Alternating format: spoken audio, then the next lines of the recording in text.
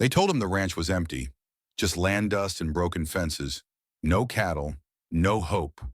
Perfect for a man who didn't want company, didn't want conversation, just wanted somewhere quiet enough to forget who he used to be. So when Ellis Granger arrived with nothing but a tin trunk and the ghost of his past, he wasn't expecting the front door to creak open from the inside. He wasn't expecting a pot on the stove. He sure as hell wasn't expecting a woman. Martha Ellery, age 52, gray in her braid, a limp in her left leg, and eyes that said, "I've been forgotten before. Don't make me pack up again." But she never raised her voice, never claimed the land as hers.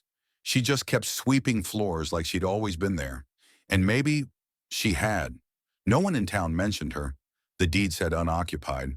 But Martha had made a life in that place with soft bread and hard silence and a dog that had long stopped barking. So Ellis faced a choice. Ask her to leave or ask her why she never did. What unfolds between them isn't about romance, not at first. It's about two people who've known rejection, who've slept through storms with boots on, and who carry secrets that ache when the wind shifts. But in the stillness of shared coffee mugs and wordless evenings, something begins to mend. A curtain stitched, a porch repaired, a life rebuilt not from scratch, but from what's left after the world walks out. What happens when two strangers are too tired to start over, but too kind to walk away? And what hidden promise does a $1 ranch hold when it shelters two broken souls who were never meant to find each other, but did? Let's follow the silence between them and see what grows. The wind didn't howl that morning, it sighed. Across the dry basin of Hollow Creek, the fields were brittle as paper and the fence posts leaned like tired old men.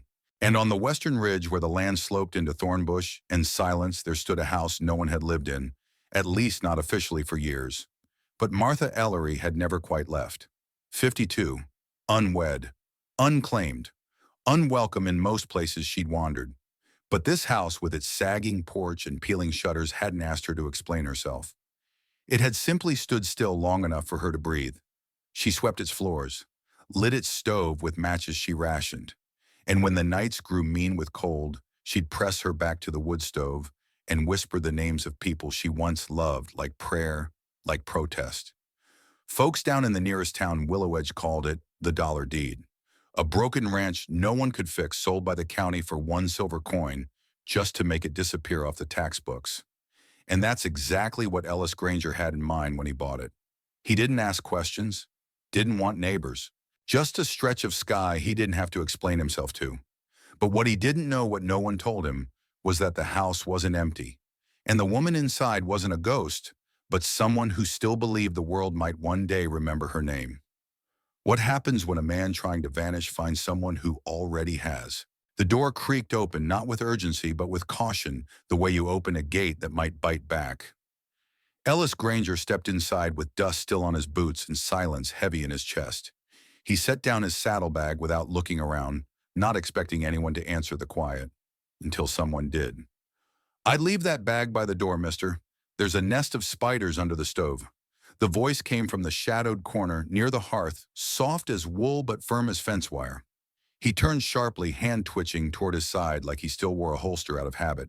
But he found no threat, only a woman in a faded brown dress, sleeves rolled up, hands wrapped around a steaming cup of tea, like she was holding her place in a story.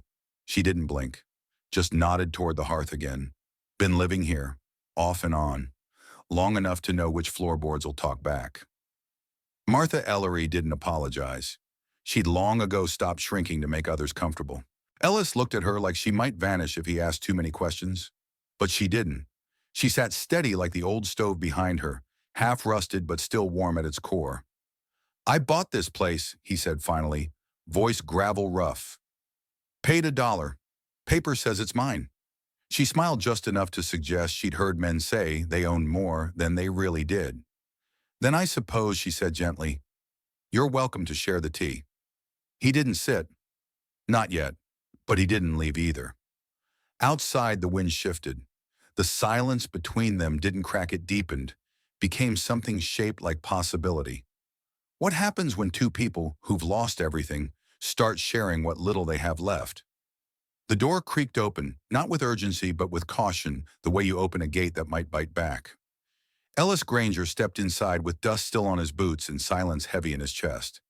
He set down his saddlebag without looking around, not expecting anyone to answer the quiet. Until someone did. "I'd leave that bag by the door, mister. There's a nest of spiders under the stove." The voice came from the shadowed corner near the hearth, soft as wool but firm as fence wire. He turned sharply, hand twitching toward his side like he still wore a holster out of habit. But he found no threat, only a woman in a faded brown dress, sleeves rolled up, hands wrapped around a steaming cup of tea like she was holding her place in a story.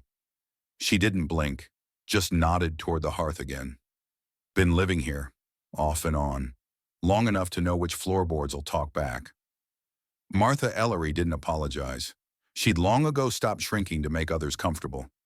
Ellis looked at her like she might vanish if he asked too many questions. But she didn't. She sat steady like the old stove behind her, half rusted but still warm at its core. "I bought this place," he said, finally, voice gravel rough. "Paid $1. Paper says it's mine." She smiled just enough to suggest she'd heard men say they owned more than they really did. "Then I suppose," she said gently, "you're welcome to share the tea." He didn't sit. Not yet, but he didn't leave either. Outside, the wind shifted. The silence between them didn't crack. It deepened, became something shaped like possibility. What happens when two people who've lost everything start sharing what little they have left? The next morning, the frost lay silver and clean across the ridge, but inside the old house, something tangled and unspoken hung in the air, like shirts left damp too long on the line. Ellis Granger rose early as he always had. Years of war, of wandering, of digging fences into hard clay had trained his bones to move before the sun could question them. He boiled water over the stove that wasn't quite his yet and poured 2 cups, though he'd only ever made one. Martha Ellery accepted the cup with a nod and sat across from him without a word. Silence was not an absence in Martha's world. It was a shield, a strategy, a way to keep her story her own. But that morning it scraped between them. Ellis tried to ask her where she'd come from, what she was doing living in a house legally sold for $1. She didn't answer right away. "I buried someone here," she said eventually. "Years ago. A long time ago." He didn't ask who. That part somehow he already knew wasn't his to know. But tension followed them that day, like dust on the cuffs. He began clearing the collapsed barn, pulling out the rot and ruin with calloused hands. She patched a curtain in the window, though no one would be looking in or out. They worked side by side, but not together. Sometimes she watched him, his shoulders, the way he breathed like he was always bracing. Other times he watched her, how she moved as if her weight might break the floor. At supper, she placed a plate beside his without a word. He nodded without thanks. Trust, it seemed, was a fence built board by board, and both of them had lost their hammers years ago. That night the wind blew harder. A shutter slammed loose outside. Neither of them slept well. In the dark, she whispered a name. No one had called her in years. In his sleep, he murmured to a boy who wasn't there. Grief doesn't always cry. Sometimes it just lingers quietly between 2 chairs. But in the stillness, a thought began to flicker, fragile and small. What if 2 people could carry their sorrow without setting it down at each other's feet? Can broken things still build shelter for something new? The snow came early that year. Not heavy, not yet, but in soft brushing flakes, like the hush of forgiveness. It blanketed the edges of the old ranch house, softened the boards filled in the spaces between cracked wood and lonely memory. Ellis Granger stood out near the barn that morning, hammer in hand. The wall was half rebuilt, the tools laid out straight. But what really mattered was inside the house. Because something had shifted.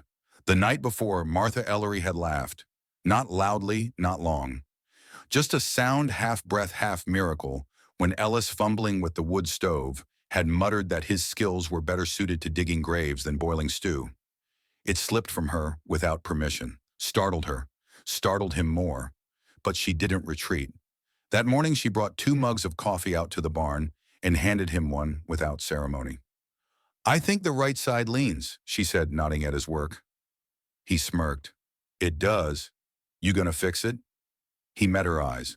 "Are you gonna keep pointing it out?" She shrugged. "Guess we're both staying then." They stood there for a long moment, warm mugs between cold hands, the snow falling quiet as blessing. And from that point on, it began. She cooked without asking. He cleared the roof without being told. She patched his shirt. He built her a bench by the window. No confessions. No history exchanged like currency. Only presence, kindness, a rhythm. Sometimes healing doesn't begin with answers. It begins with someone sharing silence and not running from it.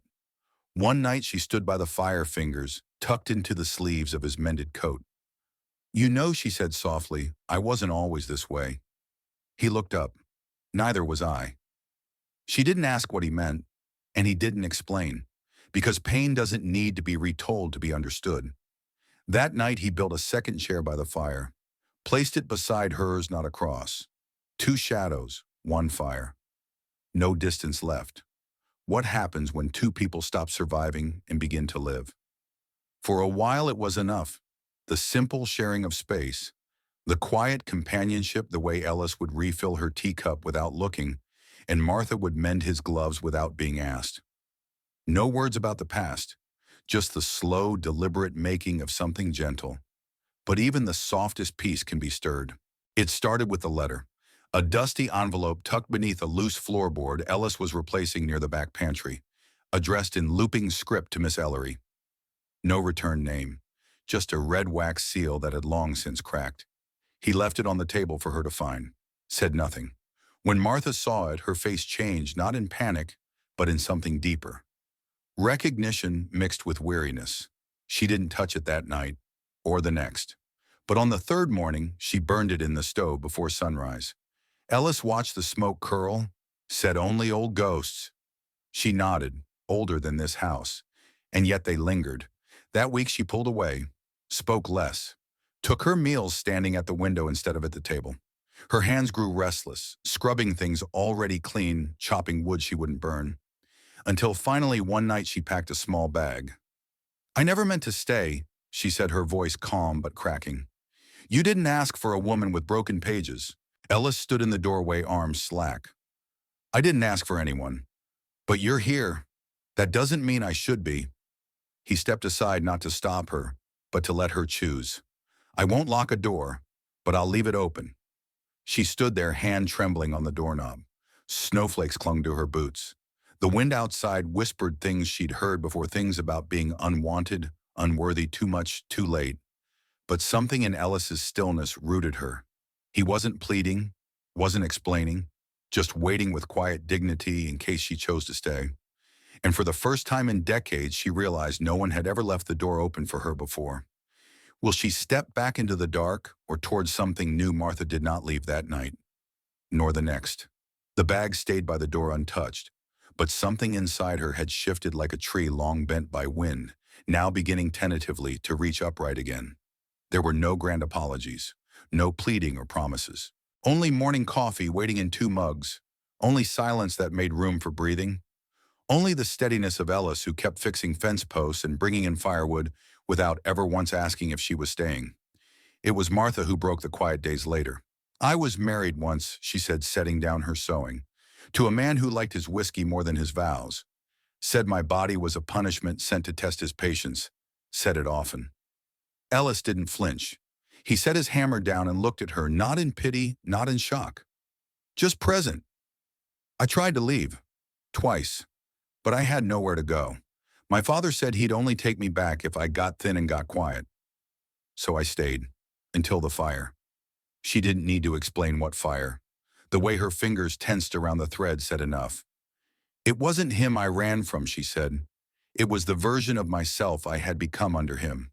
Small, ash-colored." Ellis nodded slowly. "And now," she said, voice steadier, "I'm starting to remember what it feels like to take up space." There was a long pause. Then Ellis ever so gently said, "You've never been too much here." She blinked hard, lips trembling. That night she unpacked the bag she'd left by the door, put the clothes back in the chest, hung her scarf on the hook by the hearth, and sat at the table across from Ellis, not as a guest, not as a tenant, but as someone choosing to stay, not because she had to, but because at last she could. When a woman reclaims her worth, the world doesn't shift loudly. It hums quietly in her favor. Winter came soft that year, as if it too sensed the house needed rest more than reckoning. The mornings were quieter now, but not empty. Martha rose early not from habit, but from the rhythm of a woman who'd finally stopped running. She'd begun tending the herb patch behind the barn. Not because she needed to, but because life was beginning to ask gently, "What do you want to grow?" Ellis never spoke in declarations.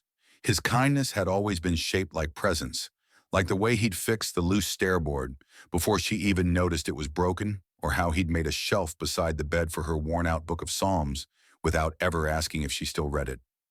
One night, as snowflakes kissed the windows, Martha stirred stew in a dented pot and said quietly, casually, like one speaks of clouds they should paint the kitchen in spring. "Blue," she added, "like sky just before rain." Ellis looked up from whittling. "That your favorite kind of sky?" She thought a moment. "It's the one that holds the most hope. Rain coming means something will live." He didn't say anything, but later that night she found a paint sample tucked in the corner of her mirror. That winter, nothing spectacular happened. No weddings, no grand confessions, no audience to clap. Just two chairs by one fire, and sometimes Martha's hand resting quietly on Ellis's forearm when she passed behind him. That was the miracle. Not that they'd fallen in love, but that they'd come to know what it meant to be safe in the company of another. And for Martha, love had never been a feeling. It had always been permission. Permission to speak, to stay, to become. And now, in the quiet of a home that didn't ask her to shrink, she finally did. In a world that once said she was too much or not enough, someone built a home around all her edges. Sometimes healing doesn't come with a loud voice or grand gestures. Sometimes it arrives quietly, like a woman who doesn't flinch when you slam the door, or a man who fixes the porch but never asks why your hands shake while you stir coffee. Ellis Rowan came to forget the past.